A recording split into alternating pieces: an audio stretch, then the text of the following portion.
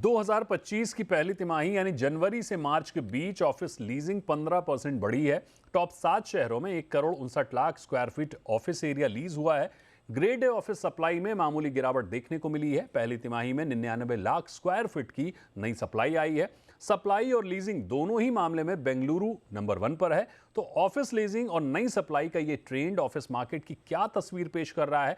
विमल जी, सबसे पहले आपके पास आते हैं। आपकी रिपोर्ट की बुनियादी बातें तो मैंने बता दी, लेकिन बारीक तौर पर अगर देखें तो लीजिंग और नई सप्लाई का ये ट्रेंड क्या कह रहा है? शुक्रिया दीपक जी। आई थिंक जैसे आपने कहा, आई थिंक Q1 जो फर्स्ट क्वार्टर है 2025 का काफ़ी अच्छे नोट में शुरू हुआ है। अगर हम पिछले 3 साल के ट्रेंड भी देखेंगे, 2022 से लेके 2022, 23, 24, हर साल एक अपने आप में एक बेंचमार्क रहा है। सो इंटरेस्टिंग है कि Q4, एक स्ट्रॉन्ग Q4 के बाद भी Q1 का मोमेंटम जो है वो मेंटेन रहा है at about 16 million square feet, जो लगभग 14-15% ग्रोथ है YOY एनुअल बेसिस में अगर देखेंगे। और इसमें हमने देखा है कि बेंगलुरु, अगर सिटीज़ के बेसिस में देखेंगे, बेंगलुरु और दिल्ली जो है ये सिग्निफिकेंट ग्रोथ इन सिटी में देखा गया। ये दोनों शहर ही कुल मिला के अराउंड 50% कॉन्ट्रीब्यूट कर रहा है इस लीजिंग में Q1 में। And interestingly I think after 4-5 quarters अगर हम देखेंगे, चेन्नई में काफ़ी सिग्निफिकेंट रिबाउंड आया है।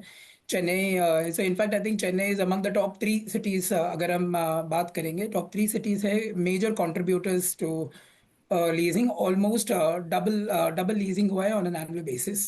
सो ओवरऑल आई थिंक समरी अगर बोलेंगे, आई थिंक मार्केट काफ़ी हेल्दी दिख रहा है। आई थिंक हम यही यही होप है कि आई थिंक मार्केट यही मोमेंटम कंटिन्यू रहेगा।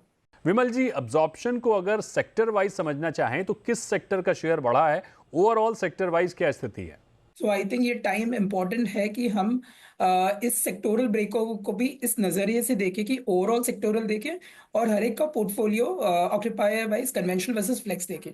तो अगर हम इस क्वार्टर की बात करें तो 15 मिलियन स्क्वायर फीट से मेजॉरिटी 86% जो है, 86% typically has accounted for the conventional space uptake. And flex space का जो प्रपोर्शन है काफ़ी सिग्निफिकेंट रहा है, अराउंड 14%, जो पिछले साल मुकाबले भी ग्रो हुआ है और वो ग्रेजुअली ग्रो होते हुए दिख रहा है। सो विद इन कन्वेंशनल अगर हम सेक्टोरल ब्रेकअप कहें, so technology still occupies a major chunk, around 32% technology है। इसके बाद हम देखेंगे तो BFSI है।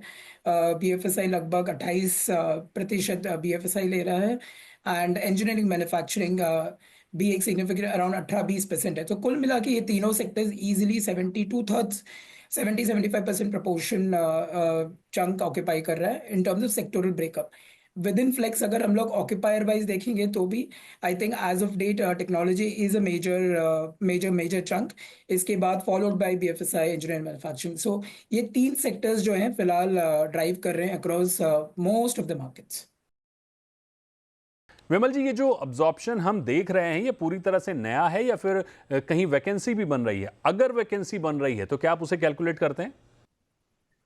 हम जो अब्जॉर्प्शन अभी बात कर रहे हैं ये ग्रॉस लेवल पे होता है। हम्म। लेकिन अगर आपको इंक्रीमेंटल स्पेस के हिसाब से इसको अगर एसेस करना है तो वैकेंसी इंडिविजुअली अगर आप वैकेंसी देखेंगे तो वो आई थिंक एक इंडिकेट करता है, दर्शाता है कि एक्चुअली मार्केट में टेकअप हो रहा है नेट लेवल हम्म। पे या नहीं। तो अगर अगर हम उस नंबर को देखें तो as of date, as of Q1 हमारा वैकेंसी लगभग लगभग 16.2% है, अराउंड हम्म। 16-16.2% है। अगर इसको हम लोग एज ऑफ Q4 कंपेयर करेंगे हम्म। तो Q4 में लगभग 16.6, 16.7 था। सो नेट इम्पैक्ट भी यही है कि वैकेंसी ड्रॉप हुआ है and that is due to incremental space uptake. Vimal ji, अभी वैकेंसी के आंकड़े क्या कह रहे हैं? 16.2% है।